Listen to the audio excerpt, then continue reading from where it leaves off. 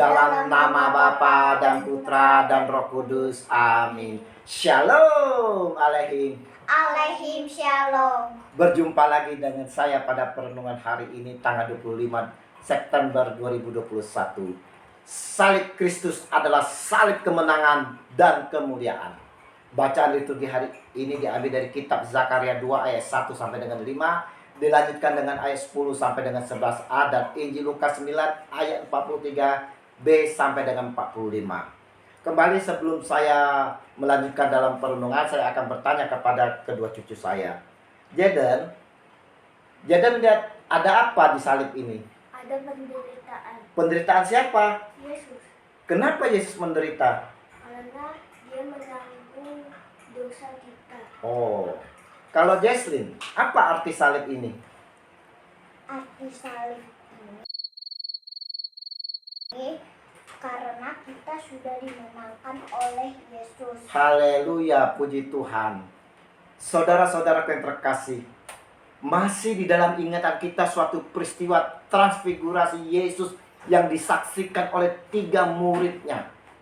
Sampai-sampai saudara, ketiga muridnya itu takjub terkagum-kagum saat melihat Yesus dimuliakan bersama Musa dan Elia. Dan Injil hari ini saudara, kita juga dapat melihat bagaimana banyak orang terpukau, terkagum-kagum menyaksikan akan mukjizat yang dilakukan oleh Yesus mengusir roh jahat dari seorang anak yang sakit. Sudah menjadi kebiasaan jika ada yang dapat melakukan sesuatu yang dahsyat, yang luar biasa, lain daripada yang lain, akan membuat orang tercengang, terkagum-kagum dan takjub. Seperti mata tak mau berkedip saudara menyaksikan yang spektakuler itu. Inilah yang terjadi pada waktu Yesus pada waktu itu. Akan tetapi Yesus mengingat kepada muridnya bahwa dia datang bukan untuk melakukan hal-hal spektakuler sehingga membuat banyak orang terkagum-kagum saudara, atau memuji dirinya.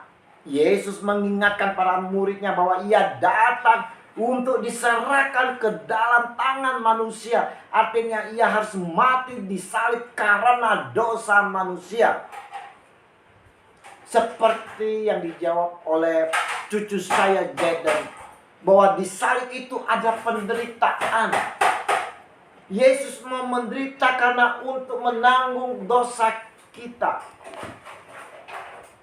Mungkin saudara-saudara, jika saat itu kita berada di dalam kerumunan Yesus, kita juga pasti akan terkagum-kagum menyaksikan segala mukjizat yang dilakukan oleh Yesus.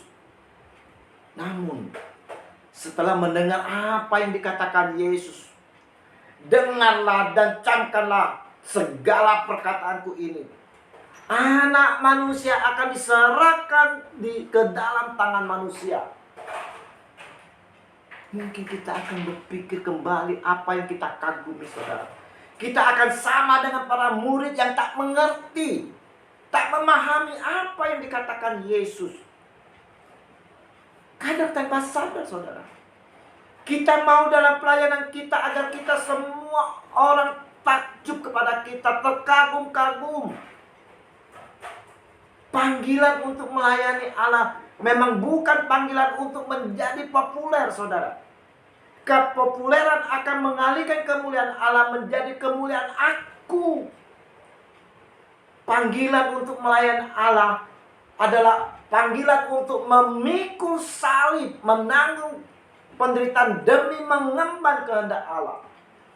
Panggilan untuk melayani Allah adalah panggilan untuk menjadi terendah.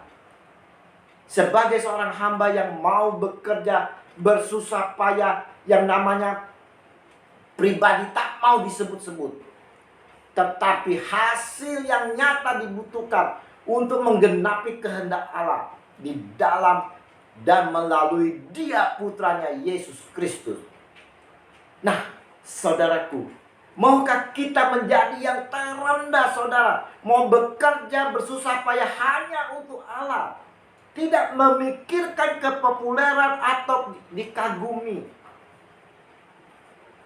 Pahamkah kita akan perkataan Yesus di dalam Injil hari ini? Bahwa anak manusia akan diserahkan ke dalam tangan manusia. Kenapa anak manusia, yaitu Yesus sendiri, mau menyerahkan dirinya ke tangan manusia? Kenapa Tuhan Yesus mau menderita? Kembali saya sampaikan seperti cucu saya menyatakan bahwa Yesus mau menanggung segala dosa-dosa kita.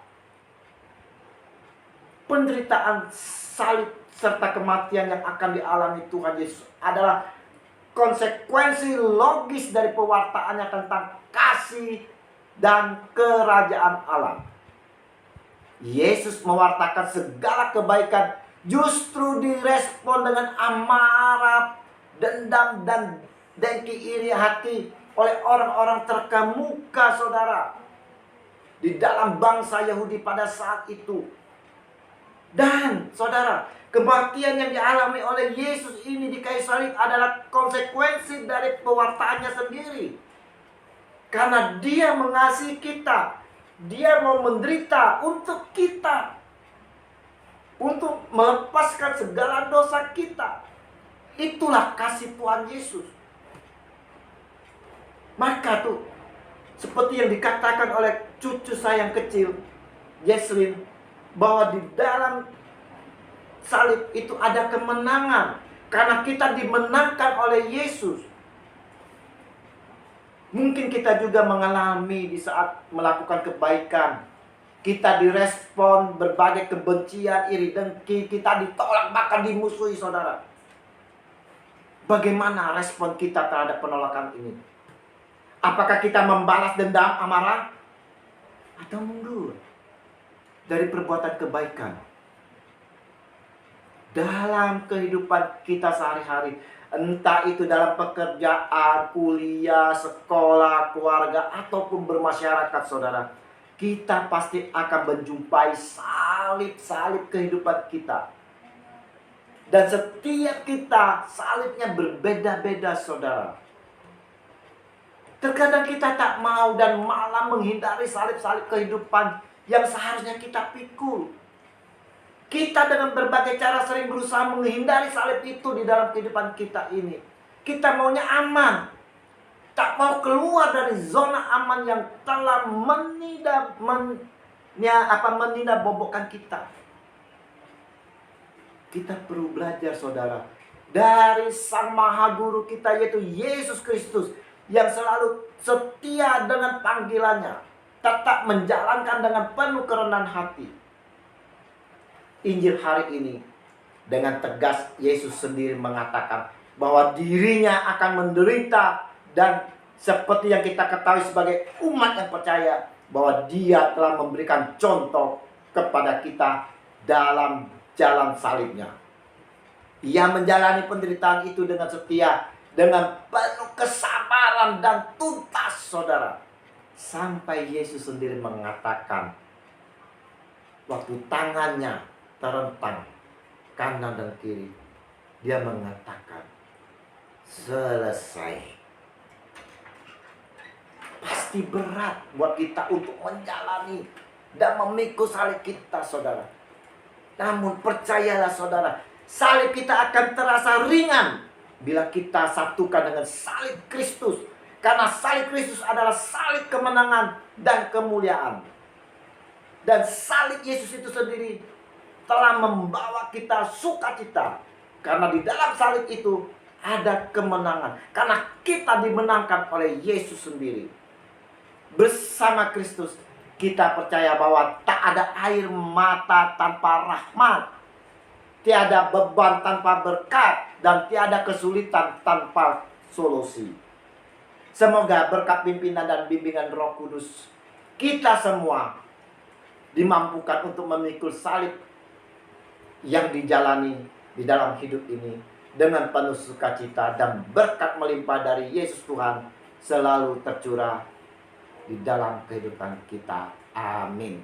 Dalam nama Bapa dan Putra dan Roh Kudus. Amin. Shalom Aleihim.